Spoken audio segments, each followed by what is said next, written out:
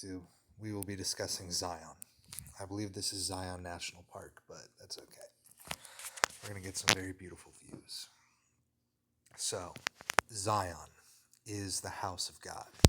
I'm going to be explaining the nature of God from the days of Moses onward.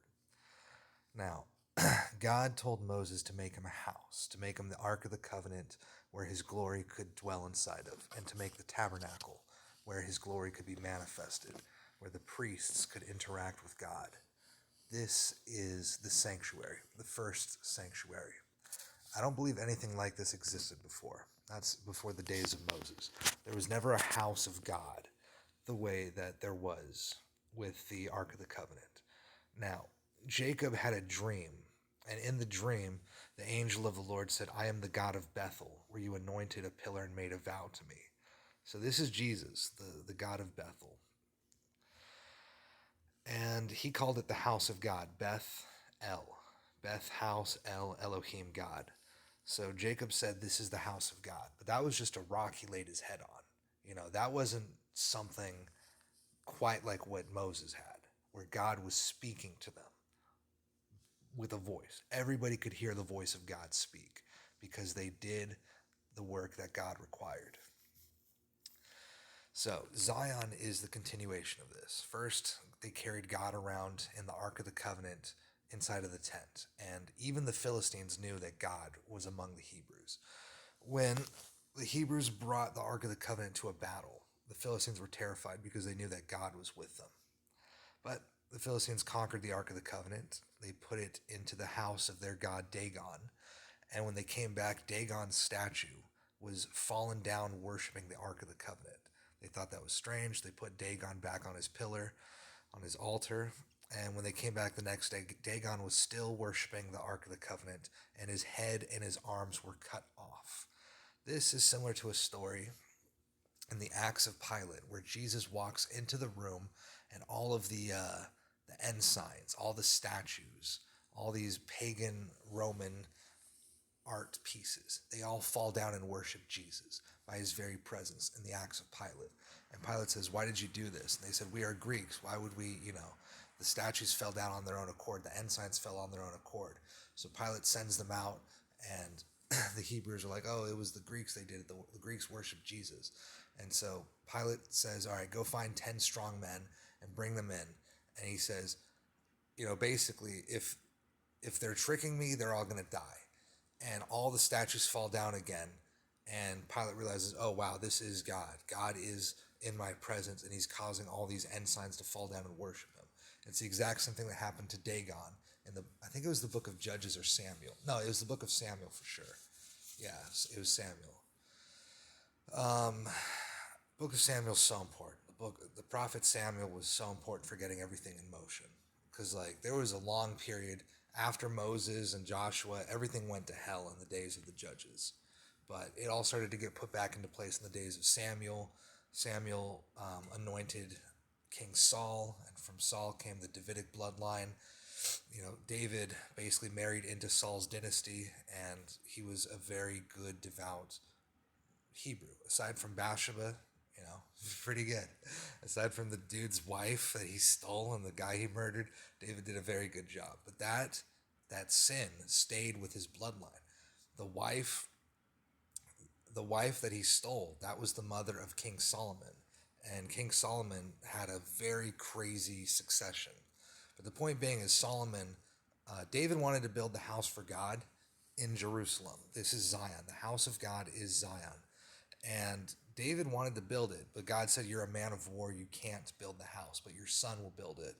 And then Solomon was the chosen son who took the throne. There was a little bit of a civil war between him and his brother. I think it was Jeroboam, something like that. But basically, Solomon takes the throne, and he does the burnt sacrifice to God. He gets this amazing wisdom, and God chooses him to build the house. This is the permanent sanctuary. And in 1 Kings chapter 9, God promises, this is where I will leave my name, my eyes, and my heart forever. So God's glory is in the ark, not even the ark, it's in Solomon's temple forever. And this was known. This is what Zion is. Anytime you see Zion written in the Bible, just know it's talking about this actual house that has God's glory still in it.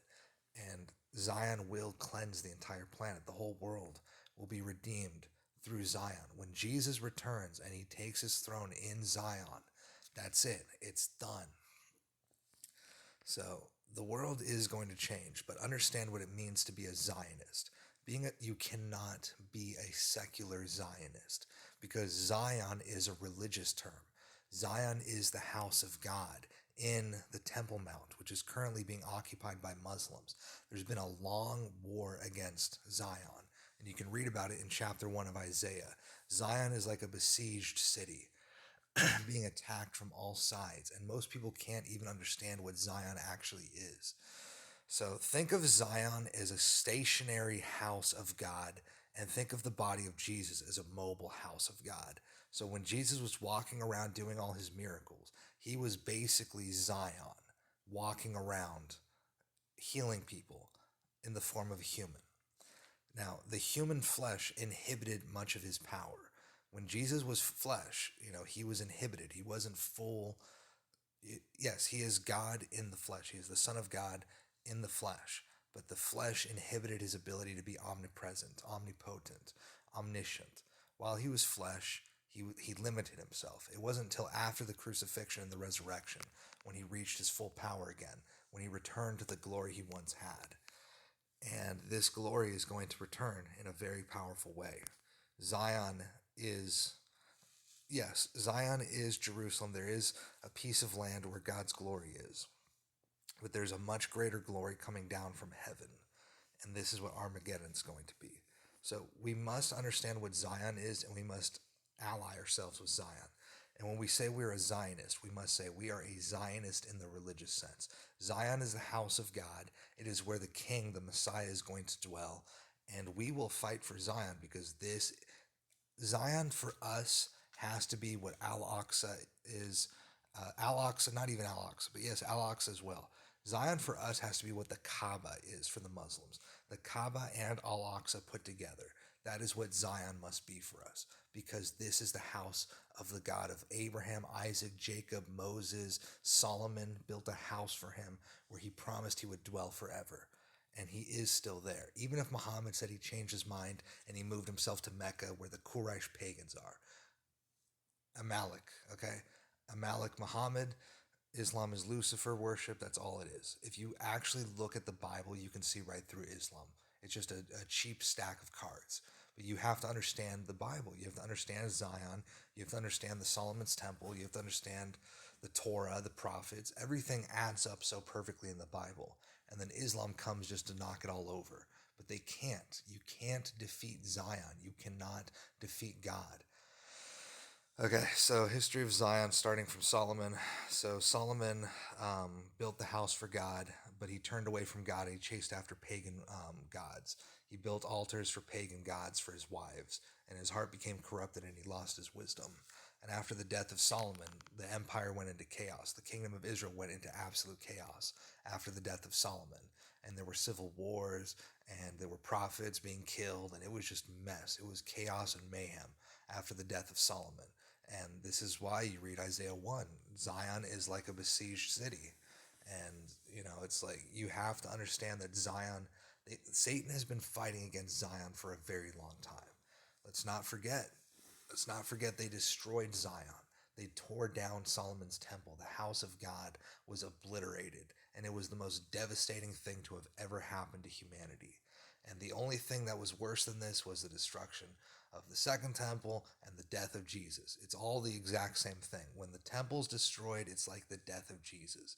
And the temple's been destroyed twice, and Jesus was killed once. But the third temple will be forever. So Solomon's temple is destroyed by the Babylonians.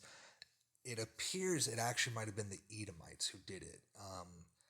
I forgot what the guy's name was, but Nebuchadnezzar's captain, the one who actually destroyed the house of Solomon's temple, he might have been involved with the Edomites. It seems like the Edomites and the Amalekites, they've all been conspiring against Zion. You have to understand, they've been fighting against God ever since the days of Moses. All they had to do was repent. Moses was clearly being given their land by Yahweh. Moses was clearly being favored by the true God. What they should have said to their little demon idol statues is, listen, you're not the real God. We're not afraid of you. We're afraid of their God. Their God's really powerful. We don't want to mess with him. We saw what their God did to the Egyptians, but they doubled down. They kept fighting against Zion. Zion didn't even exist yet, and they fought against the God of the Ark of the Covenant. And they undermined Israel. They sent whores and witchcraft and everything they could do to undermine Israel and destroy her.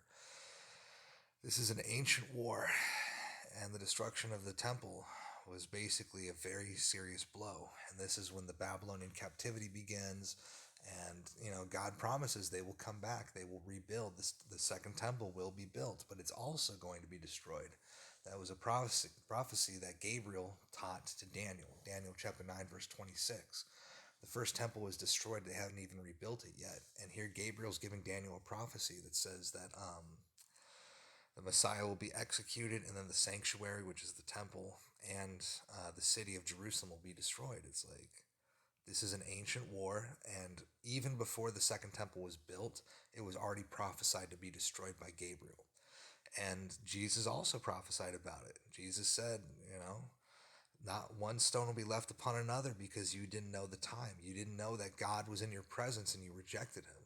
Jesus was the living God in the flesh before all humanity, and his own people rejected him. Not all of them, of course, but not even just rejected him. The people who believed in him didn't obey what he said, because they thought he was going to be their king right now. They thought, oh, I don't have to do anything. My lottery ticket's here.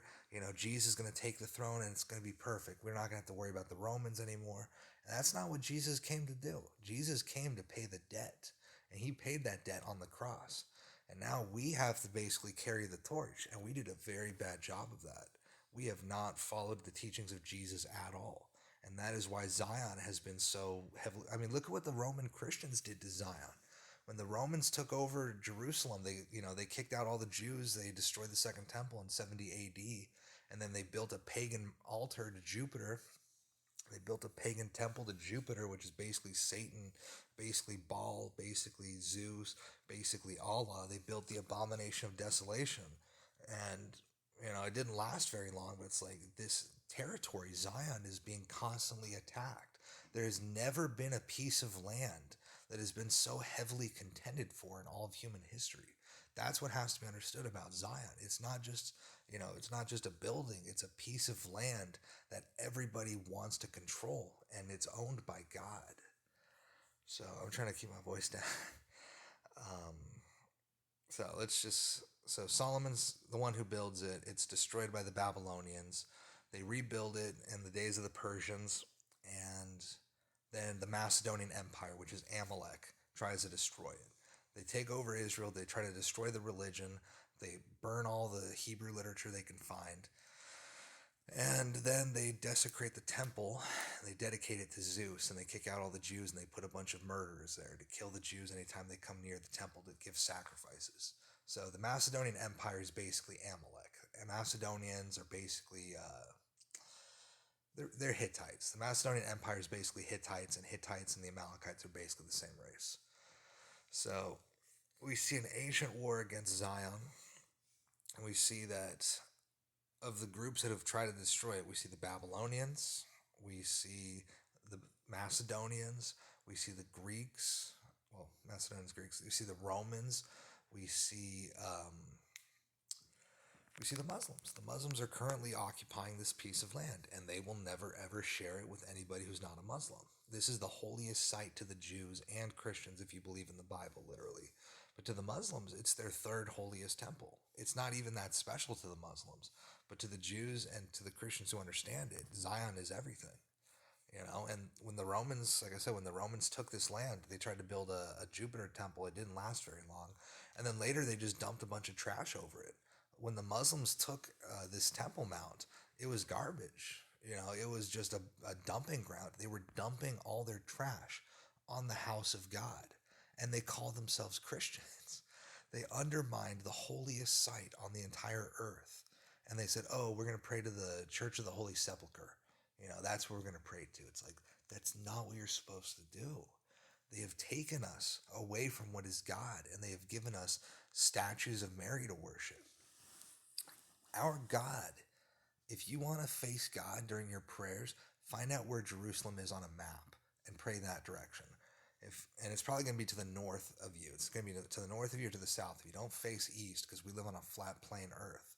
So for me, it's like northeast. But find out which direction Jerusalem is and pray to that direction the way God told Solomon.